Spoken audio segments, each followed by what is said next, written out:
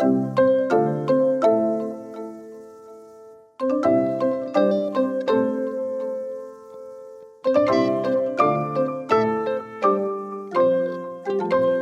I'm Lisa. And I'm Natasha. And we were wondering, Are you free for coffee? Welcome, welcome. Okay, guys, this one makes This is me kind of giggle. interesting. It Okay. is. A gay man marries his girlfriend after 7 years together. Now, both of them are actors and they're in the theater, very artsy type people. And that's where they met. That's what they bonded over. They don't consider their relationship a lavender marriage, which is a marriage of convenience to conceal the sexual orientation of one or both of the parties. Okay. So they don't not what they're, theirs. They don't think that that's them. They consider themselves soulmates. They are monogamous. They do have sex. They have a marital relation. They are attracted to one another. They share purpose and vocation, the acting and the arts. But he's still gay. He's not saying he's not gay. Thoughts? So, okay. They're young. I was about to ask They're that. in their 20s. Okay. Both of them. Now, let's see, 7 years. I'm trying to remember. Either they were in their 20s when they met, or if they're in their 30s, it's early 30s, but I believe they're still in their 20s, like late 20s. So they're young. They're young. Okay, so these are my thoughts. Someone can be your person and it be a platonic type of relationship, right? Which I know theirs is not. I'm saying someone can be your person. Like, oh my God, that's my person. And maybe you're not romantically involved. This is my concern as the person knocking on 40. Sorry, guys, I've had a cough. My concern is most women, not all, but you hit a shift where suddenly sex is very important. The need is higher, right? In my 20s, the need, had the energy, but the need it wasn't a need, it was a want.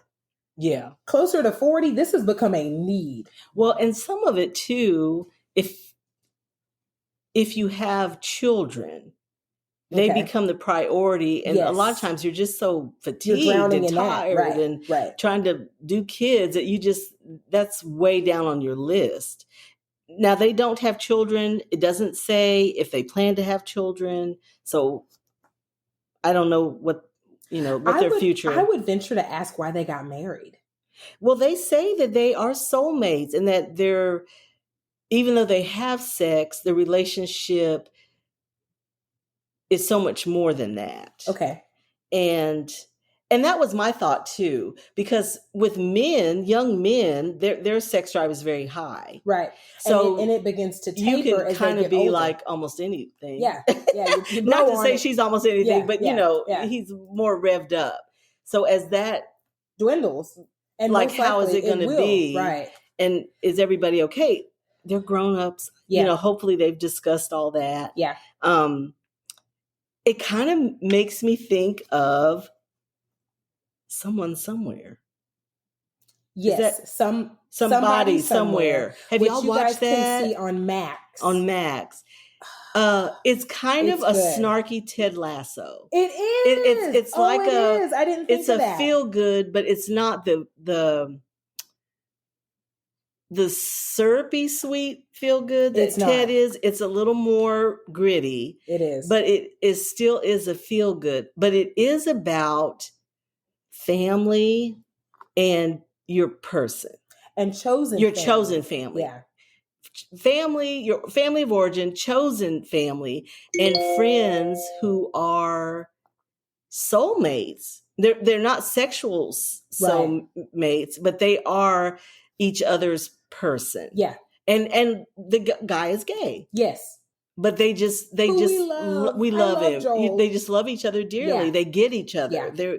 They're kind and nurturing. I'm going to say this: where Joel to one another. Sam make sense to me is that Sam was working on her own romantic relationship, And then Joel was working on his relationship with Brad. Well, Joel dated more and had more relationships. Yes, Sam was kind of like whatever. But she's working on it. Well, she is now. Yeah. But I mean, before it was like she wasn't even wasn't a thing for her almost. But I feel like, okay, they knew like this is my person, but it had the. It was a revelation. It was. Because later on they realized, well, especially Joel, you're my person. Mm-hmm. You are my person. But that didn't subtract from his relationship with Brad. No. And your person doesn't have to be your romantic person. So we've talked about this on the podcast before, how like I may be the friend that you call to go antiquing with, but you are not the friend I call to go camping with. I love you, but you're not my camping friend. Yes. This is how different. But this is kind of that same thing. And I feel like they did what most young people do. Just follow me. And you want it to be all of it. And sometimes it's not. I hope for them it is. I hope for them it is. I do, but sometimes it's not. But that's to share my input. Yes, it is. I think, and that was. But to share my input, I know now that it doesn't work that way. Like we've discussed this, or doesn't have to. It doesn't have to work that way. So we've discussed this on the show. This is no revelation. Everyone, y'all know now I'm divorced and been divorced for some time. So now we're in like a different season of the divorce where like it's very cordial and we co-parent very well. But you still mourn the loss of a friendship because I don't know that it would be a very long time and it would be hard pressed for us to be the friends that we once were because we were friends for 18 years, then started dating. So that 18-year friendship, not that it doesn't matter, but we'll never be friends like that again. Do you see what I'm saying? I think it changes to friendly, acquaintances. Yes. Because if it's more than that, it crosses some lines and some boundaries. Correct. Especially if you have someone else in your life or you want to have somebody else in your life. Like, I really ain't crazy about your ex all up in this. Did we do that question? Yeah. Would you rather be friends with your ex? I want nobody to be friends. Yeah, and your answer was nobody. Nobody needs to be friends. Just as it relates to this, when I was young, when I was in my 20s, this would have made sense to me, right? It's almost like Walmart. You get everything in one shop. Yes. But now I know how dangerous that can be. It can be dangerous to have this. To put all your eggs in one basket. To put all your eggs in that basket. And it's stressful and it puts a lot of weight on the other person. Like, be everything to me. Be my tell everything. Be, let me tell you all my secrets. Let me, and baby, go we talk to your that, friend. but that's right. It's probably not the healthiest thing. It's really not. It is. Divide them eggs up. Divide them up, baby. There's a reason there's no dividers in that little. Listen, because if you put them together, all the motherfuckers be broke. You come home with 2 eggs. It's true. Up. I have a childhood friend, Hattie, and she has always been very good at compartmentalizing. And I've always admired that. And her life I don't think I've ever seen her life messy. It never gets messy. And now that it's because everything's in its compartment. Y'all know it's organized. My mama's over 80 and she says a place for everything and everything in its place. Well, there you go. And so y'all can take that. Yes. And so as someone who, my own experience, right? Married someone who I'd been friends with forever, knew his family, all of his family, and he knew all of my family. And so now it's a very, it's different. Yeah. It's different. Like the other day, my parents needed something. My ex-husband, I don't think we've ever posted him, but he's very tall.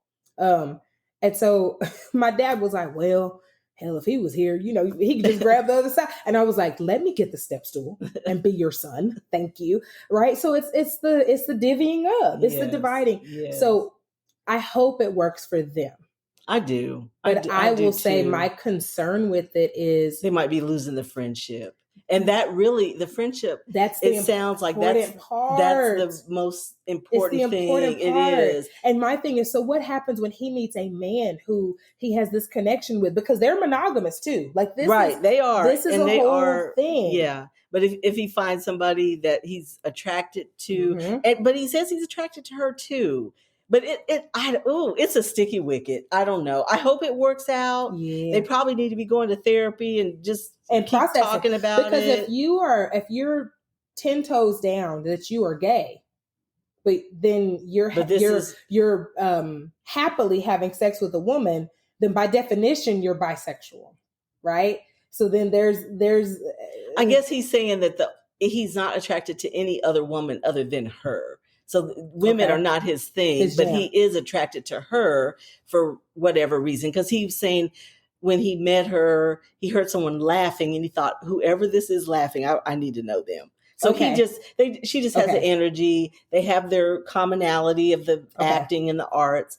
And I get all of that. I do too. I get it. But I do too. And the sad thing is, y'all, we need expiration dates on these marriages. Listen, I just told someone that's the solution. That is my answer. Let this mug expire after X amount of years. They do it at the drive. 6 years.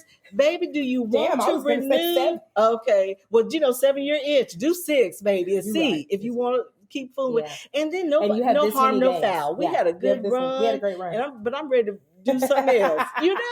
This lease is over, baby. I want a new one. Wouldn't that solve all the issues? And then you're intentional. You decide. Now that's the thing. It's not just going along the lazy river. People get on that lazy river because we married now. Just let it keep rolling. Let some work. Proud married. Girl, I need to get a shirt. Rolling. I divorced the last one. I'll divorce you too now.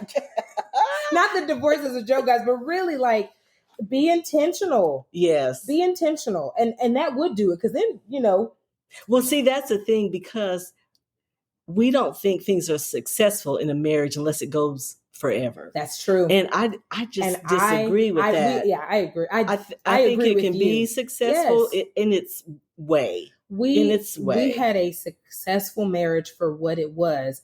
And the beauty of it is now we successfully co-parent. Not perfect. It's not perfect. This man probably gets cursed out once a month, if I'm being honest. But we're growing. Anything. We're evolving. We don't children. Hate each other. Yeah. We have 3 healthy, beautiful kids. All the things. And that's successful. Yes. Now, that it didn't continue. I mean, think of how many things that you've done you've been on jobs. That's right. That you did a good job at, but you're no longer there. And you're glad you're no longer there because you went to something else. Yes. It's kind of like that. Yes. And almost for them, wouldn't it be nice if they can do it and then maybe they revisit it and he's decided maybe he doesn't want to do that. Maybe she doesn't want to do that. Yeah. And I'll say it works out. I hope that they can be in that place. I hope that the friendship is strong enough that to endure. I do too. And then if you hit a point of you need to revisit. I need to revisit. Yeah. I need you to be able to do that. I hope they had that discussion before the marriage. I do too. So that it's not coming out of left field and people are feeling some kind of way. You know what this makes me think about? Nobody wants this. Remember her parents. Oh, yes, because the dad came out as gay. Yes, and someone in the show still hanging on. But someone in the show, she kind of alluded that she knew. Not like this perhaps, but I had a little nudge. Well, back then and the people mama was just hanging on, which really both those shows, which that's kind of a different episode, but Nobody Loves This. They've had this marriage, they've had children, they've everything, and now they have grown children. Is it Loves This? Nobody Wants This. Okay. I'm sorry. Nobody Wants This. Okay. And then shout out to Noah. And then Somebody Somewhere. Yes. Because remember Brad. Brad had been married to a woman, and they kind of go into that storyline. And so this is it's generational, because in my generation, it was hard. It was harder. It was harder to come out than it is now. I will say this though. My concern is that it always hits a boiling point.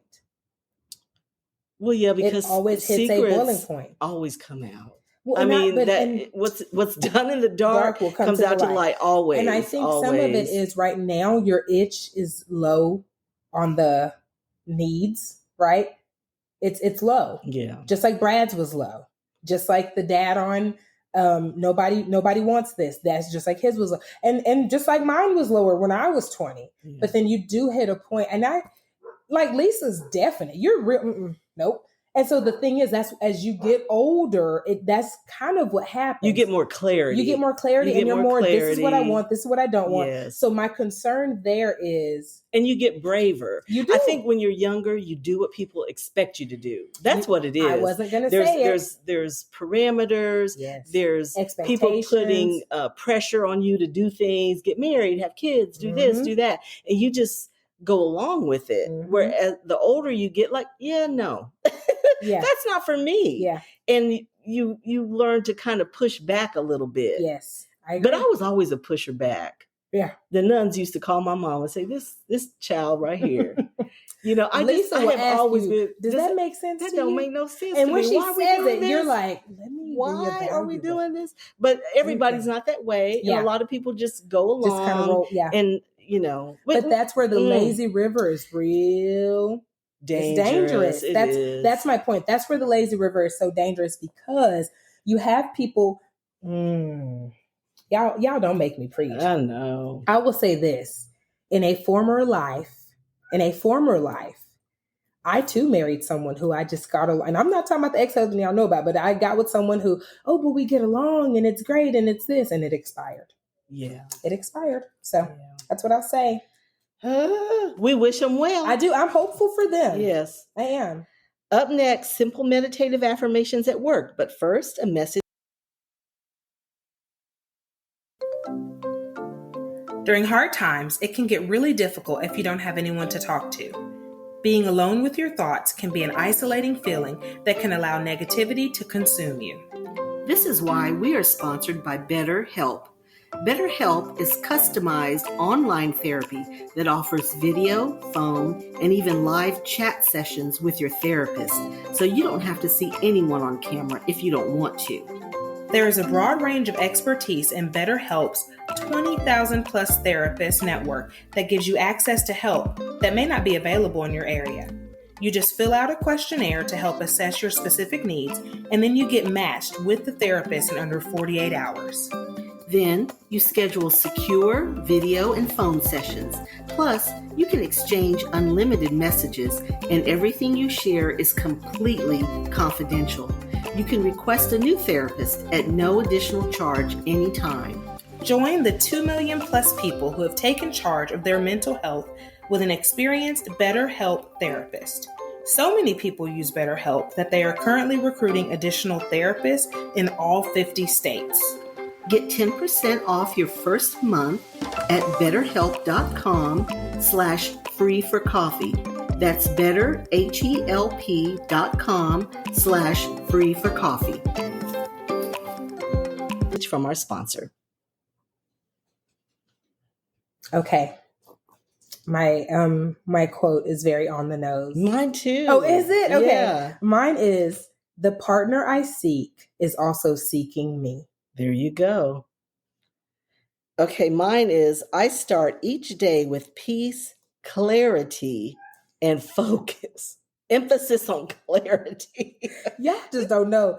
You can't be over 50 or 60 and not be like, make it plain. Like, what is it that you're saying? What is it that you're asking me for? I need the instructions. Y'all, I've been putting together Christmas stuff for my grandsugars, and I am not, that's not my thing. I'm not mechanically inclined. No, she's not the builder. I can't build stuff, but I did it. When I tell you, I'm looking at these directions like, baby, I need make it plain. But it just is a whole situation. Yeah. You did good though. I did good. You did good. I did good, y'all. I'm basically your unofficial boyfriend. I showed up and was like, yes. Yeah. This is done. Stuff worked. I was very It took proud. a minute. I had to. No, that was a big feat. That was a big feat. But and all these parents that are going to wait till the night before don't Christmas, do it. I'm praying for them because it's going to be bad. But when you have littles, kind of, I was when thinking do you do it? You don't have, and you don't. Then when you have nosy littles, like my grandsugars aren't here every day, so I can kind of, and they don't you've go got in littles certain at rooms. home, right? There's nowhere to put stuff. My oldest found some of her Christmas gifts at her Nana's house, so not with me. And mine are like they open doors. They do. They go in closets. They my littles are so funny. They went in my bedroom. They went, "Ooh, what room is this?" And we've been in there. I don't know why I'm like, "What you mean?" They never made the connection. Room. Yes, and they just So they Like, they stay in their place. So it's not that bad. So you just had to put bikes and stuff. Yes. Lord, God love y'all. I'm ordering from shout out to Target, my beloved Target. I'm ordering on Friday. I'm ordering from Target. I'm just getting all the wrapping stuff. Baby, I'll bring that to my car. I'm not going in there and fooling with y'all. So I'm going to do that. And then Saturday, while the kids are with their dad, I'm going to just wrap. I'm wrapping everything. I'm done. Yeah. For everything that's here in my house, it's done. Yeah. But I hate wrapping. Yeah. So that's what I love wrapping. You know what I do? This might be a little tip for y'all. Every person gets a different wrap.